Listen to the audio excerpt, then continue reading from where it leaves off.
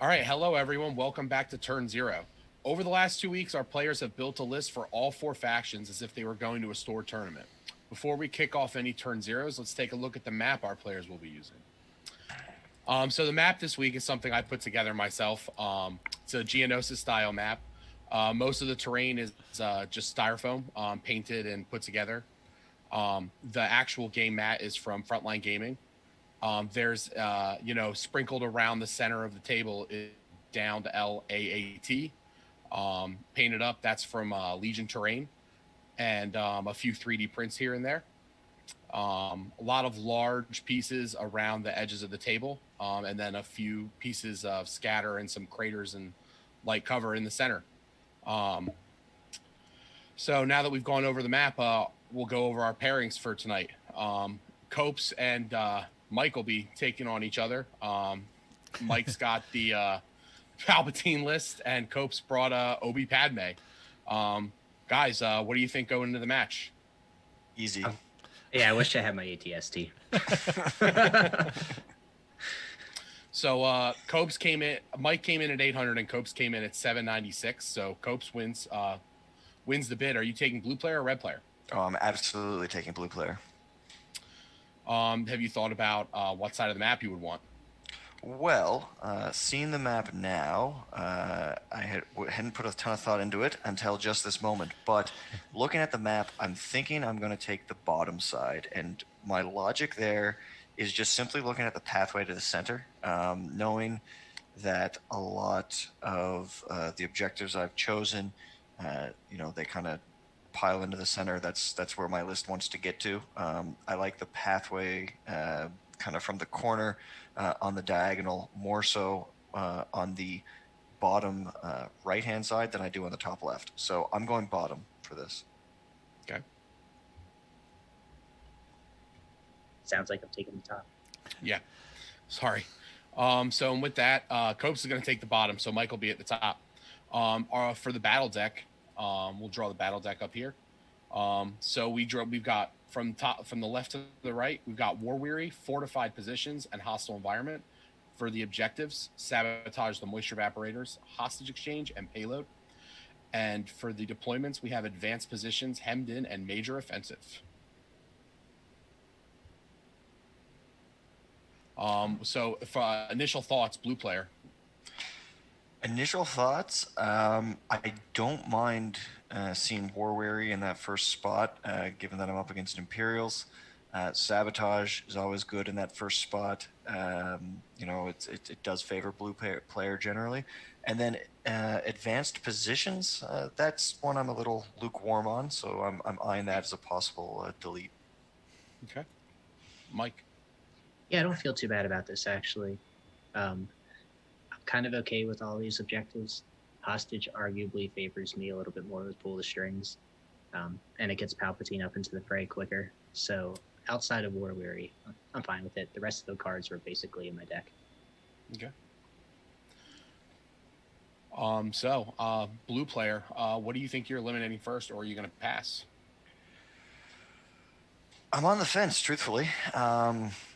Part of me is leaning towards eliminating advanced positions. I feel, but then I don't know, right? Like I feel like Hemmed In favors me. Major Offensive is pretty neutral. Advanced positions is kind of neutral here too.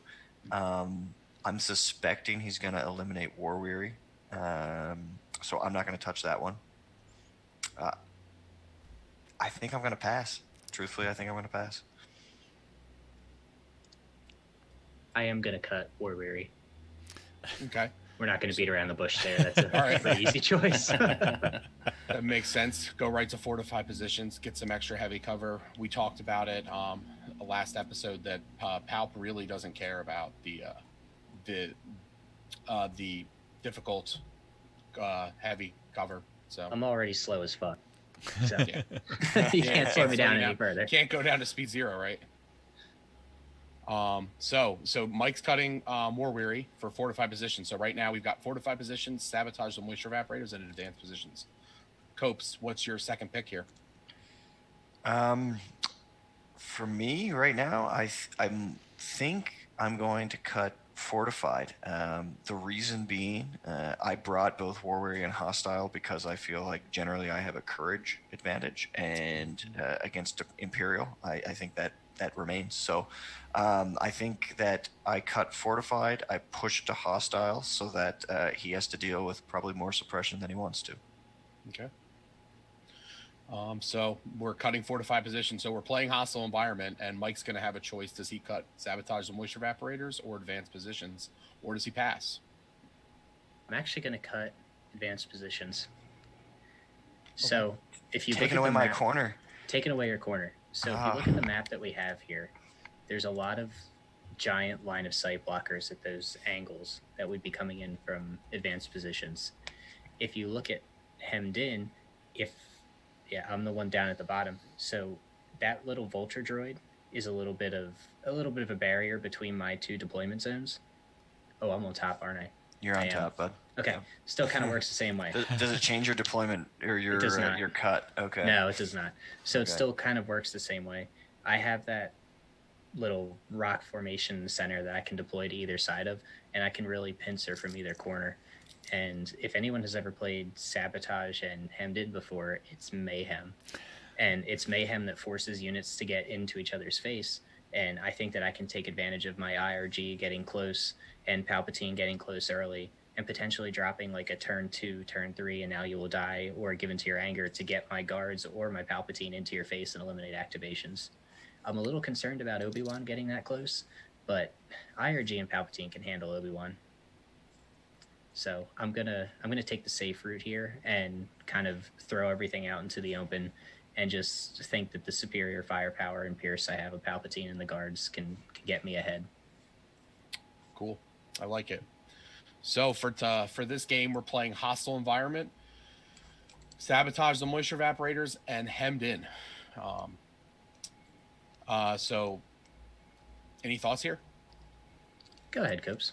I mean, for me right now, knowing how this landed, I'm pretty okay. Hemmed in, I definitely don't like as much as advanced positions. My army is not one that wants to be split, so given that my deployment zone's in the center of this bottom section of the map, I'm really gonna have to choose one side or the other. I don't I can't split my forces between that vulture droid that Mike was talking about, and so that just kind of limits me a bit. I'm probably going to the right, I think, so I have that bit extra cover. But seeing sabotage, I'm happy with. My list is very much one that loves to be able to stand back and let you come to me. And if we're playing sabotage, that's perfect. You have to come and do something, otherwise I win. So I'm okay. And hostile, I think I can handle that with my my higher courage. So I'm okay with it. It's not the deployment I wanted, but everything else is something I think I can handle against Mike's list. Okay. Yeah. Go ahead. Mike, what are your thoughts? So to finish off what I said earlier, I also like where I have my VAP placements for hemmed in here, because I can still stick to that top left-hand corner. It's not as flexible, and Copes could potentially deploy on that side, but I think if Copes deploys on the left side of the hemmed in, he's walking right into the little feeding trap that I have with the E-Web, Palpatine, and the guard. So I can kind of shift him into that major offensive deployment to give myself the flexibility to spread out. I'm a little concerned about hostile environment, though. I'm not gonna lie. Yeah, that's not super great for stormtroopers and shore troopers, but I think the deployment and the actual objective favor you here a little bit. The objective. I'm curious why you think that. Not arguing. I'm just curious. So like he said, sabotage the moisture evaporators and hemmed in together. It's like setting that up is like really challenging. There's always something that's got to go where you don't want it to go. Right. Red player could even force like bad decisions like after like their first VAT placement. And with like and now you will die being available to him, he can just nuke something really quickly, really fast from hemmed in. So okay.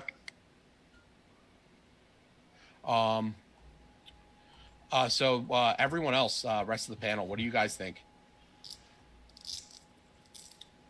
Josh, I'll let you go first. Yeah, so, and because I know you're not going to like what I have to say, I actually think, knowing that Mike was going to have to cut War Weary, and him probably being okay with all of the objectives and most likely cutting advanced positions, because I think Mike wants to get closest, uh, more closer more quickly than Copes is going to want to do. So ideally, red player is always going to be in control of that second slot. Um, I would have guessed that Mike would have gone towards hemmed in eventually, and I think it would have been best for Copes to go towards payload. Because of the deployment in hemmed in, it actually is a disadvantage for the red player because they are almost always, depending on board setup and what the terrain pieces are, it's almost, assuming equidistance on all terrain, it's always going to be a major disadvantage for the red player because of their deployment zone is cut off from the middle, so they're always going to have a longer distance to travel. Now, it is a downside to go payload because it's going to force an engagement against two melee players, but Mike doesn't have force push, and that could be a problem with having Kenobi in there because he's not going to be able to knock off that standby unless Palpatine is engaged with Kenobi. So I probably would have gone payload, and that would have been my only difference. Okay. Yeah, Keegan? I actually was thinking the other way when I was looking at the objectives. I think that Vaps is probably the one that I'd want most against Mike's list. Hostage and payload both force that engagement in the center, and while I think Josh made some great points about the push, I'm looking at Palp and his jazz hands and wanting to stay away from those as much as possible, and do work in other areas. So I do think the payload Hem did set you up for worst scenario than Major Offensive would have, and so maybe in retrospect, knowing he was going to cut War Weary, just preempting and getting rid of advanced, and then going to Major Offensive so that you don't get stuck on hemmed in. But that's not something that I would have thought of ahead of time necessarily. So that's my only thought. So question for the panel then. So if I cut advanced and then he cuts war weary, which I was expecting him to, I then have to make a choice between fortified and hemmed in.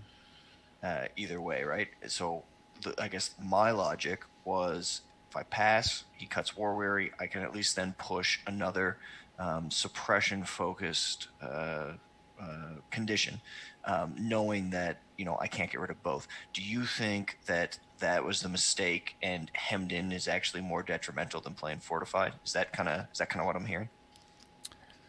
That's my gut, but I should probably caveat that with I play rebels and I like as many barricades on the field as possible.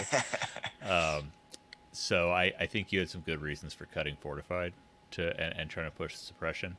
On the other hand,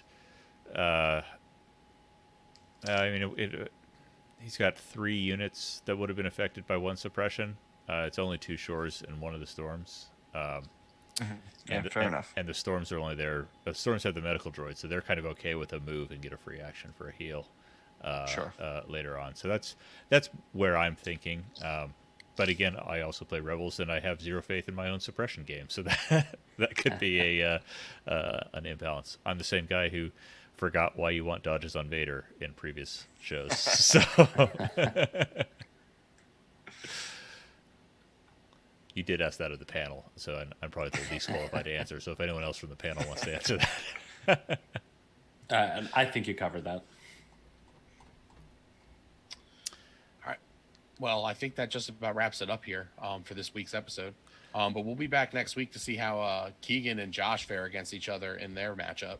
Yeah. So come back and see what happens. Till then, thank you. Battle of the White Dice. Good luck, Good gents. night, everybody. Night all.